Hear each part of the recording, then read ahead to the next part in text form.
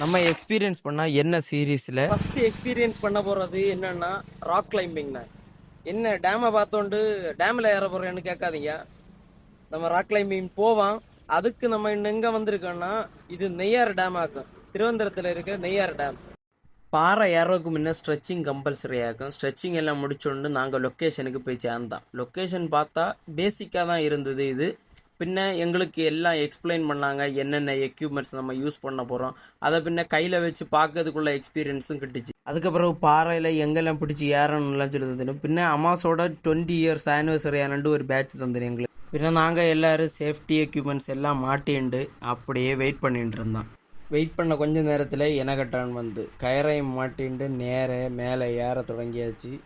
சூப்பராக இருந்து அந்த மேலே நின்று பார்க்கறது அந்த வியூவாக இருக்கட்டும். நம்மளோட ஸ்ட்ராட்டஜி தான் இங்கே முக்கியமே.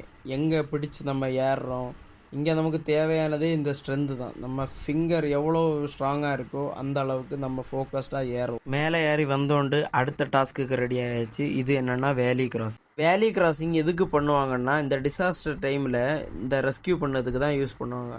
இதில் எப்படி கிராஸ் ஆகணும்னு சொல்லி ஸ்டெப் பை ஸ்டெப் அவையே சொல்லி தருவேன் நமக்கு. பின்ன அடுத்து என்னென்னா ரேப்பிளிங் பண்ணேன். ரேப்பிளிங்னு சொன்னால் நம்ம கயரை பிடிச்சோண்டு பதுக்க பாறையிலண்டு கீழே இறங்கணும். அதுக்கு பிறகு நமக்கு ஒரு சின்ன ரெஃப்ரெஷ்மெண்ட்டு, அதையும் முடிச்சோண்டு அப்படியே ஒரு செல்ஃபி எடுத்தான். வேறு லெவலில் இருந்தது. அப்போ உங்களுக்கு வீக்கெண்டில் இதே போல் அட்வென்ச்சர் ஆக்டிவிட்டி எங்கேயும் ட்ரை பண்ணணுமெங்கி அமாஸை காண்டாக்ட் பண்ணுங்கள். அவைகளுக்கு இன்ஸ்டாகிராம் ஐடியை நான் ஃபஸ்ட் கமெண்டில் பின் பண்ணதை போய் செக் பண்ணி பாருங்கள்.